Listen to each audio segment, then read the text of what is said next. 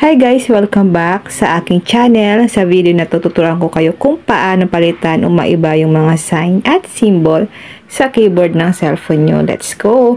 May nag-comment po kasi nito guys sa ating comment section. Ito pa ang comment niya. Step 1, open keyboard. Una, buksan muna natin ang kahit na anong app na may text box. Halimbawa, Messenger o kaya Notes. Sa akin, ang gagamitin ko ay Messenger. Para lumabas ang keyboard, step 2, hanapin ang symbols. Tap message. Pag lumabas na ang keyboard, pindutin nyo ang key na may label na 1, 2, 3. Tap lang natin ito. Lalabas itong mga basic na symbol.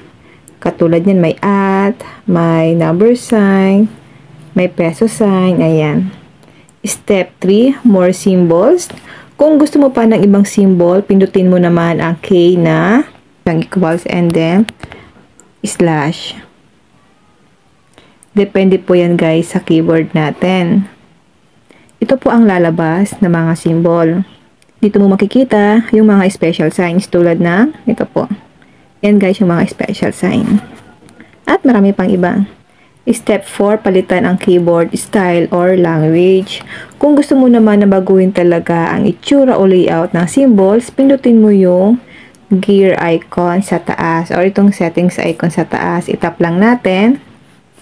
Piliin mo lang ang languages and input o keyboard layout. Tap lang natin itong languages. Then, tap lang natin ito guys. Then, pwede kayo ditong mamili na magiging keyboard nyo. Ayan guys. Okay? Pwede mo siyang piliin. Halimbawa, ito. Or iyan. Then, back lang tayo. Step 5, meron pong mga shortcut method itong ating keyboard. Back lang natin. Tap ulit natin ang message. Pwede ka rin mag-hold o long press sa isang key para lumabas ang iba't ibang version ng symbol.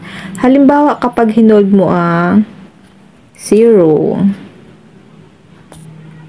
hold natin. Ito po ang lalabas. May mga sign siya dyan na pwede mong piliin.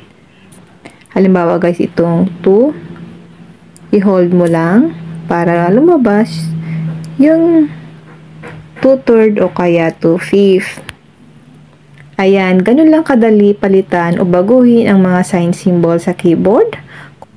Kung nakatulong ang video na ito, don't forget to like, share, and follow para sa more tech tutorials.